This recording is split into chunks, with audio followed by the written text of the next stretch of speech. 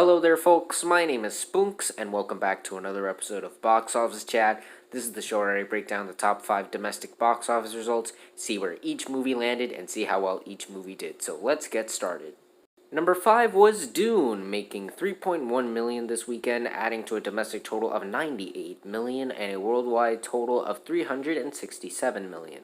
So I think it is more likely than not that Dune will become the 11th film this year to surpass 100 million domestically, and not only that, I think it's even more likely that it will be able to surpass Godzilla vs. Kong's domestic total entirely, which is just insane, because if you remember back when the trailer was originally released, and I think I talked about this before on the show, but I'm going to do it again. Many people had doubts and speculations for how well this movie would do, and the fact that this movie has not only done as well as it has, both domestically and worldwide, but so much so that it's going to surpass Godzilla vs. Kong. And if you were to tell someone this earlier in the year, I think they would call you crazy or ludicrous, but yet here we are. It really shows how well this movie did. It may have had a few bumps in the road, but it was able to prevail and become one of the biggest hits of the year, and I truly commend them for that. And not only do I think it will surpass 100 million domestically, I think it has a good shot at crossing 400 million worldwide, as it's still showing internationally. It has some legs. It's really kicking some high gear internationally, allowing it to be one of the biggest films worldwide as well, so that's very good, and I think it's going to have a little more leg room in order for it to surpass that total, which will be very good. So yes, once again, Dune still crushing it at the box office, despite all expectations and doubts. It was able to do so, and even if it seems like this will be the last week it is in the top 5, as we're coming up on a pretty crowded weekend, to say the least, this was still a strong run at the box office, because it was able to, once again, defeat all odds and become a huge hit. No one was expecting it to. It made well over its budget. I believe it has or will double its budget very soon. And yeah, became a very successful movie and will hopefully turn out to be a very successful franchise. So once again, good on you, everybody who worked on the movie. You made a movie that everyone came out to support and encourage others to see. So once again, good job. Number 4 was King Richard, opening to 5.4 million domestically and 8 million worldwide. So this movie came in way lower than expectations were for this film. They certainly came in lower than my expectations. I thought this movie would have done better given the advertising, the buzz, specifically the awards buzz, the reviews, the star power, and as well as the film being centered around Venus and Serena Williams and how they became to be as famous and successful as they were. But it seemed that audiences were more likely to check it out on HBO Max rather than in the theaters, as this is another disappointing opening for a Warner Brothers film. We got Thanksgiving coming around the corner, so maybe that might give this movie a boost, but right now, things are not looking too good for the film, as it cost a reported $50 million to make, and this is just not what you want to start your movie off with.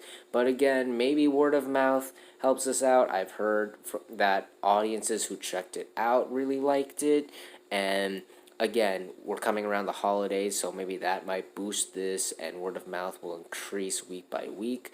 But right now, it's not looking too good for King Richard, unfortunately. Number 3 was Clifford, the Big Red Dog, making $8.1 million this weekend, adding to a domestic total of $33 million, and that total stays the same worldwide. But regardless, the film is still doing pretty well for itself. Thanks to its modest budget of just $64 million, the film is pretty much near the halfway point, or pretty much at the halfway point of its initial budget, which is very good. It had a modest drop of just 51%, which given any movie, that's pretty acceptable. And in terms of family films, it is just 7 million away from Paw Patrol and Peter Rabbit 2, The Runaways domestic totals, and only 13 million from Tom and Jerry's domestic total, which I think it will be able to surpass. So Clifford is still doing very well for itself. Word of mouth is helping this movie out a lot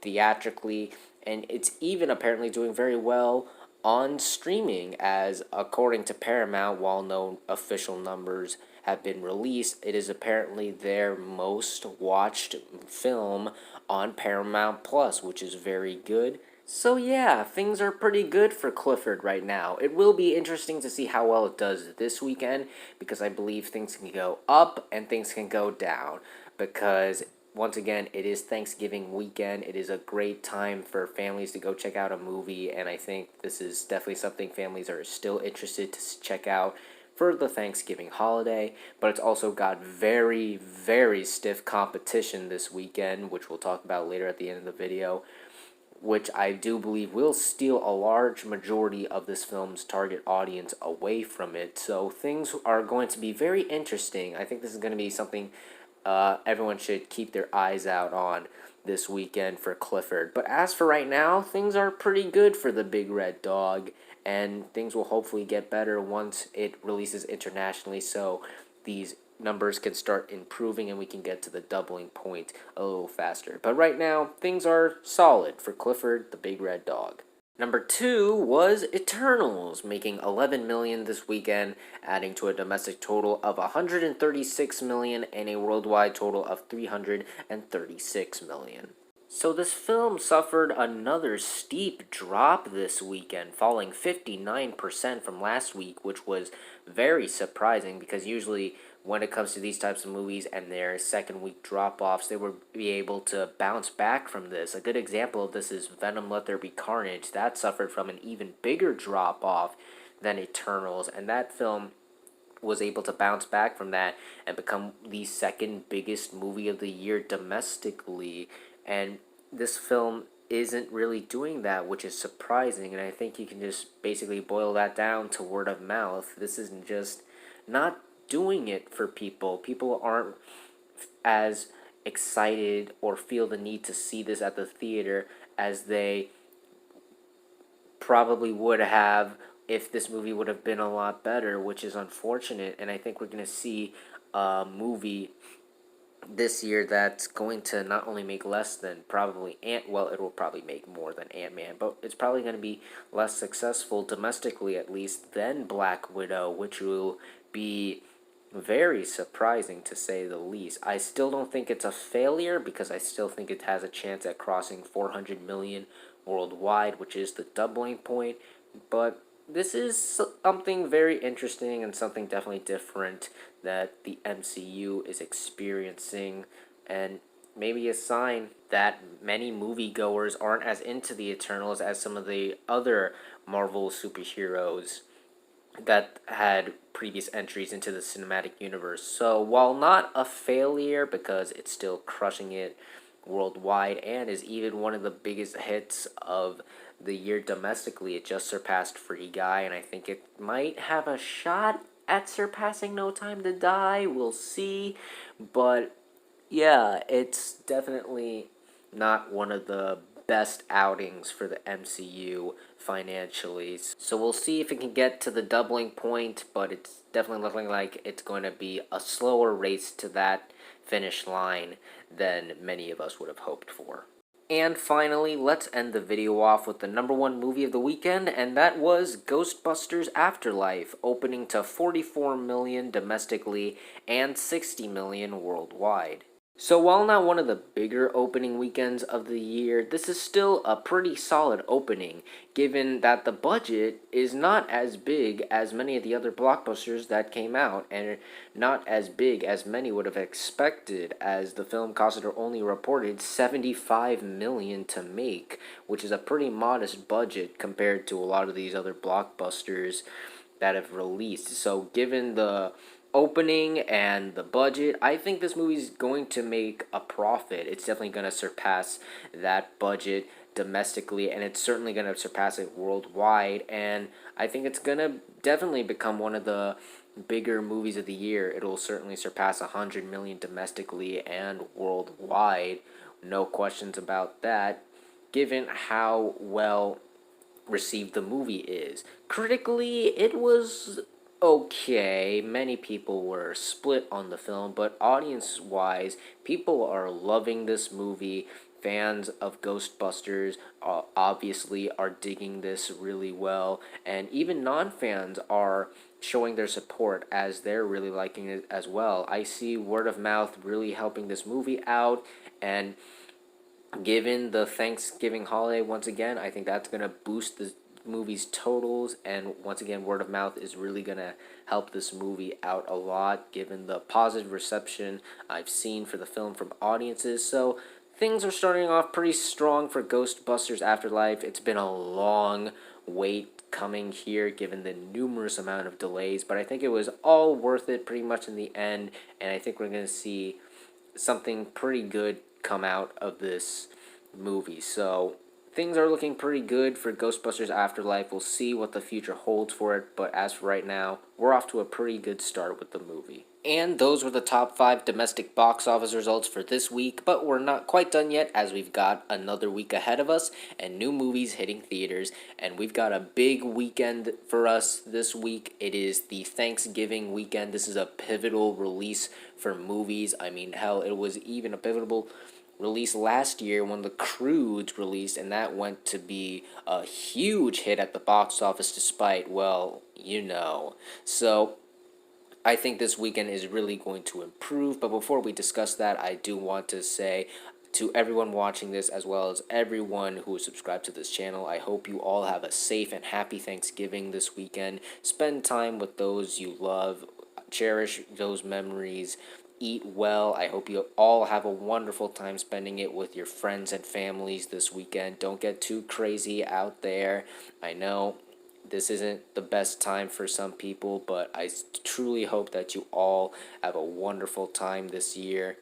But as far as the weekend box office goes, we got 3 major releases hitting theaters this week. And first off, these all have the benefits of not only opening on Wednesday to help boost their opening totals a bit, but also these are all only theatrical release exclusives only. So no matter how well they do, this is exactly how well they do. There's no second option. So with those out of the way, let's discuss these 3 main movies. The first one is Resident Evil: Welcome to Raccoon City.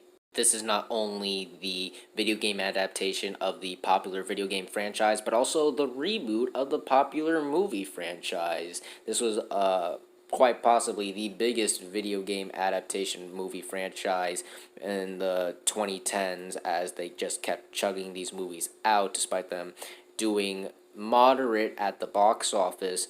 But if I'm being honest with all of you, I think this is probably going to do the lesser out of the 3 movies, because outside of fans of the games, I'm not really seeing a whole lot of buzz around this movie. Not a lot of people I know are really talking about this movie, and I'm pretty sure not a lot of them know this movie is coming out, given that the marketing has been very lackluster. I've seen a couple of promotion, but that's it. It really feels like they're just dumping this because it's a liability of some sorts.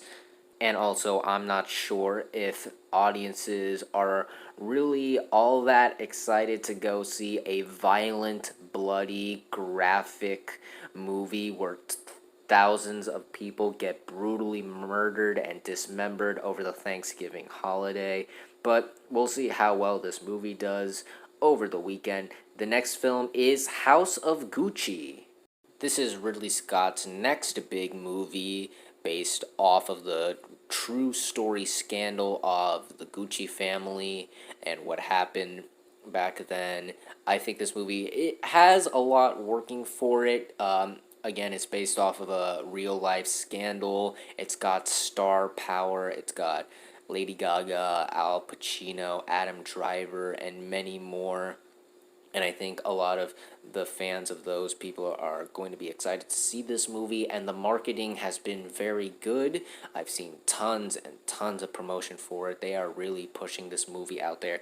The biggest down the only downside I see for the film is the reviews. Now, they're not horrible by any means, but they are a lot more mixed than I think a lot of us expected them to be. Many people either really liked it or really didn't, and I think that's going to really be the downfall for this movie, and it might causing the movie to do less successfully than it might have if it had been a much more received movie. But we'll see how well this does. I still think it could surprise and be a better opening weekend than many would have expected, but again, we'll see. And the final film we'll be discussing that's releasing this weekend is Disney's Encanto. This is a highly anticipated animated film. It is the company's 60th feature animated film to date. No pressure there.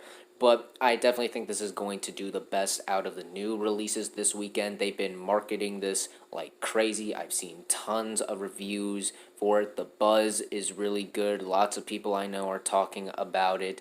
Reviews are also really positive with this movie. And it's also coming out at a very good time, Thanksgiving weekend. This is once again a pivotal release window for movies, but also a strong release window for family films. It really helped Frozen out, and Wreck-It Ralph 2, and even The Croods 2, which came out at the not good times, and that film was still able to be a massive hit. So I think we're going to see a pretty solid opening weekend for this, and we've also been shown that family films can really have a foot in the box office, and their opening weekends have been improving with stuff like Addams Family 2 and Clifford just improving with their opening weekends. So I think we're going to see something very special here. The downside here is that it's going to have a shorter theatrical window than many of the films out now. Instead of the traditional, well, not traditional, but the 45-day window, it's going to be having a 30-day window, and then it will be released on Disney Plus, I believe, around Christmas Eve. So that's going to take a bite out of this film's box office for sure. But as for right now, I think we're going to see a very strong opening here. But we'll see how well this movie does, as well as the rest of the movies that land in the top 5 on the next Box Office Chat. And that's going to do it for this week's episode of Box Office Chat. What did you guys think of the results? Were you satisfied, unsatisfied? Comment down below and let me know. If you like this video, hit the like button. If you like this channel, hit that subscribe button. Follow me on all of the social media links right there. And until next time, guys, stay sharp.